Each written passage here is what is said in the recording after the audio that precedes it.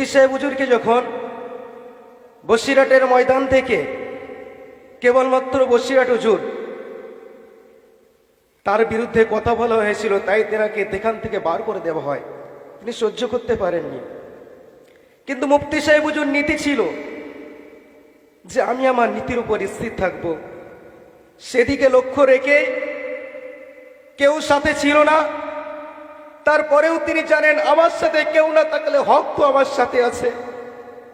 ওই জন্য মুফতি সাহেব হুজুর তখন থেকে এই হককে সম্বল করে নিয়ে এবং তাদেরকে বুঝিয়ে দিতে যে হক কখনো আমার বাইরে যেতে পারে না, কারণ এর সঙ্গে আমার আল্লাহ আছেন।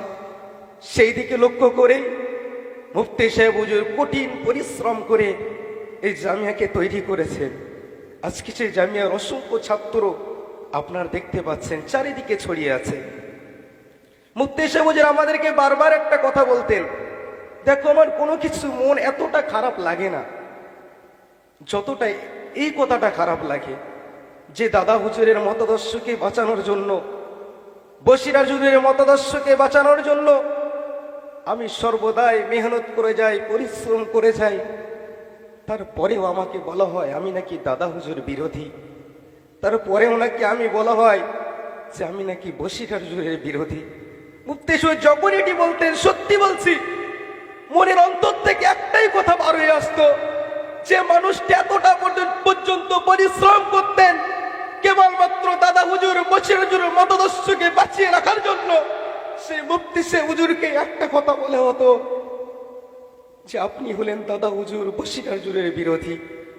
তারপরেও সেই কথার দিকে বিন্দু পরিমাণ তিনি না তাকিয়ে সর্বদাই মেহনত চালিয়ে দিয়েছেন এবং এটাই বুঝিয়ে দিয়েছে মুদিখানার দোকানে নামটা হয়তো লেখা থাকে উপরে, মুদিখানার দোকানে নামটা লেখা থাকে মুদি ভান্ডার, কিন্তু ভেতরে কোনো কিছুই থাকে না।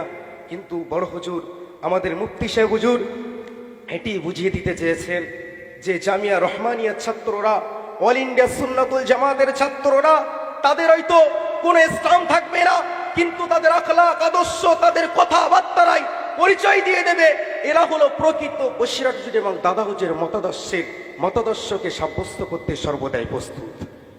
প্রিয় শ্রোতা মণ্ডলী, আপনার সকলে এখানে আছেন, জানেন মুফতি সাহেব হুজুর কতটা সুন্দরভাবে আমাদেরকে এখানে রাখেন। ফাঁসিতে একটা কথায় আসে, উস্তাদরা পিতার সমান, শিক্ষককে তোমরা পিতা মনে করো। আমরা যখন চোখের কোণে পানি নিয়ে যখন বাড়ি থেকে এসেছিলাম, মনে করছিলাম যে আমরা কি সেখানে প্রকৃত পিতামাতার স্নেহ পাবো।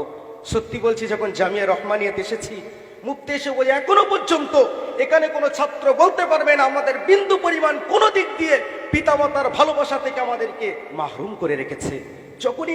যখনই কোনো বিষয় আমাদের সামনে এসেছে, আমি আমার ছোট্ট একটা কথা বলে, আমি যখন আওয়ালে পড়ি তখন আমাকে কেউ চিনত না ছোট্টবেলায়। তখন আমি এসেছি, আসার পরে আমার বোর্ডিং কার্ডটা আমি নিতে পারিনি, যেহেতু আমার একটু কামা হয়েছিল, নিতে পারিনি। মুফতি সাহেব হুজুর আমাকে বললেন যেহেতু শাসন পিতার মধ্যে থাকা আবশ্যক, শাসনের ক্ষেত্রে আমাকে বললেন তুমি পরে আসবে। আমি চলে গেলাম, তখন তিনি দাওয়াতে গিয়েছেন, দাওয়াতে গিয়ে ফোন করে দিচ্ছেন যে ওই ছাত্রটাকে কার্ডটা দিয়ে দাও। একটা কথা ভেবেছেন, আমি তখন অল্প কদিন এসছি, তারপরে ওই ছাত্রটা না খেয়ে থাকবে, এদিকে ভেবে তিনি বলছেন ছাত্রর কার্ডটা দিয়ে দাও। এতটা পরিমাণ মায়া মহাব্বতের মধ্যে আমাদেরকে রাখেন। আর সর্বপ্রথি আপনারা সকলে কেন আছেন, ওস্তাদরা আছেন, আমরা আপনাদের কাছে সিরেফ তিনটে মাত্র দোয়া চাইব। এক নম্বর দোয়া হলো আল্লাহর কাছে দোয়া করবেন। আমরা জানি সকলে আলেমরা হলো নবীদের ওয়ারিস, সে রসুল সাল্লাল্লাহু আলাইহি ওয়াসাল্লামের সেই দাস, সেই কথা আলা রাসূলুল্লাহ সাল্লাল্লাহু আলাইহি ওয়াসাল্লাম, সর্বদাই সেটা পড়েছি। দোয়া সর্বদাই করবেন কিয়ামতের মহা ময়দানে মহাশরে রসুলের প্রকৃত উত্তরাধিকারী সুরে যেন দুনিয়া বা আখিরাতে আমরা দাঁড়াতে পারি, যেন রসুলের উত্তরাধিকারী হয়ে আমরা আমাদের রসুলকে কখনো লাঞ্ছিত অপদস্থের মধ্যে না ফেলি। সর্বদা আমাদের জন্য দোয়া করবেন। আর একটা কথা, আমাদের পিতামাতা অনেক কষ্ট পরিশ্রম করে আমাদেরকে এখানে পাঠিয়েছে, কত কষ্ট তারা করে সেটা একটা ছাত্র জানে।